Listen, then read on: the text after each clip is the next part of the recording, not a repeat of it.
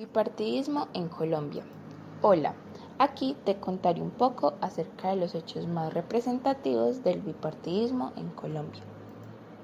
El bipartidismo en Colombia concierne al periodo del dominio político que tuvieron los dos partidos tradicionales, es decir, los conservadores y los liberales, desde finales de la década de 1840 hasta el 2002, con la llegada del expresidente de la República de Colombia, Álvaro Uribe Vélez. Antecedentes. En la era colonial de la Nueva Granada surgen dos fuerzas partidarias de la independencia, los centralistas y los federalistas.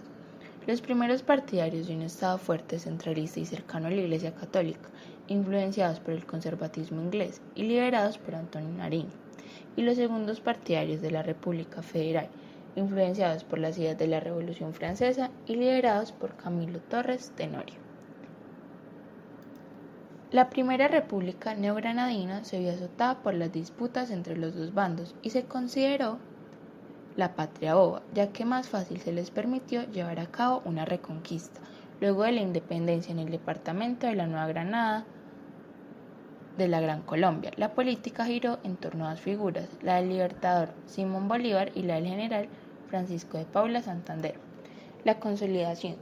Tras la muerte de Bolívar y la disolución de la Gran Colombia, en la Nueva Granada se consolidan dos bandos representativos, santanderistas, federalistas y los bolivarianos como centralistas.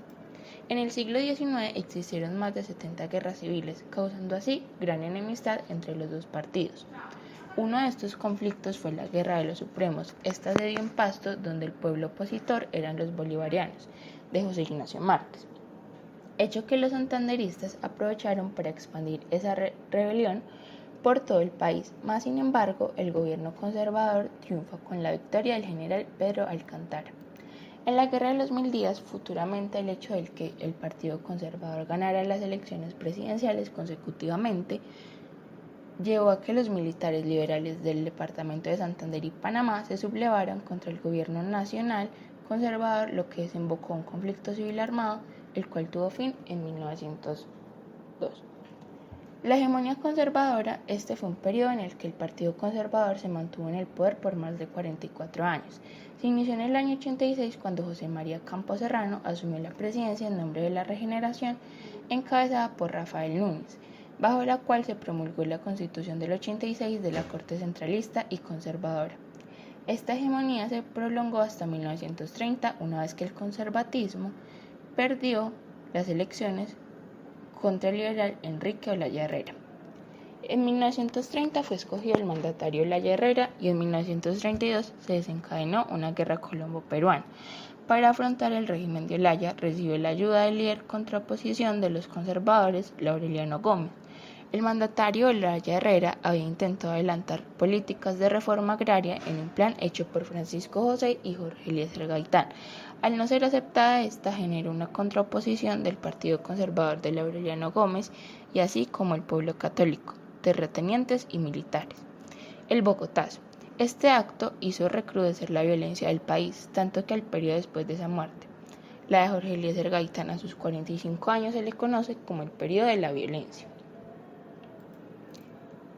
Aunque el 9 de abril se relaciona con la muerte del liberal, aquí inicia la violencia bipartidista. Significó también una ruptura de la proyección de Bogotá en el área urbana, creando así la necesidad de transformar el país, ya que desde años anteriores se venía pidiendo esta reconstrucción. Por otra parte, la escala bélica entre liberales y conservadores en una guerra civil no declarada en un periodo de la historia. Esto se dio principalmente por el problema histórico de tierras y la intolerancia sectaria de los liberales contra conservadores. El gobierno de Rojas Pinilla. Él llegó a la presidencia con el fin de pacificar el país, ya que tenía apoyo político y militar. De igual manera inició el proceso de industrialización con la bonanza cafetera, redes hospitalarias y aeropuertos, reformas tributarias y sociales. Este gobierno es recordado por ser el único en la historia en no usar violencia ni fuerzas militares. Entonces trajo ciertos cambios positivos, como el fin de la violencia bipartidista, la controlación de pájaros y chulavitas, ordenamiento del país, creación de la televisión, teatro y radio, la fuerza política, el golpe del Estado contra Laureliano Gómez, la creación del SENA y la educación superior, el ferrocarril, Telecom, el voto femenino, el clientelismo y el Frente Nacional. Y todo esto fue un poco del bipartidismo en Colombia.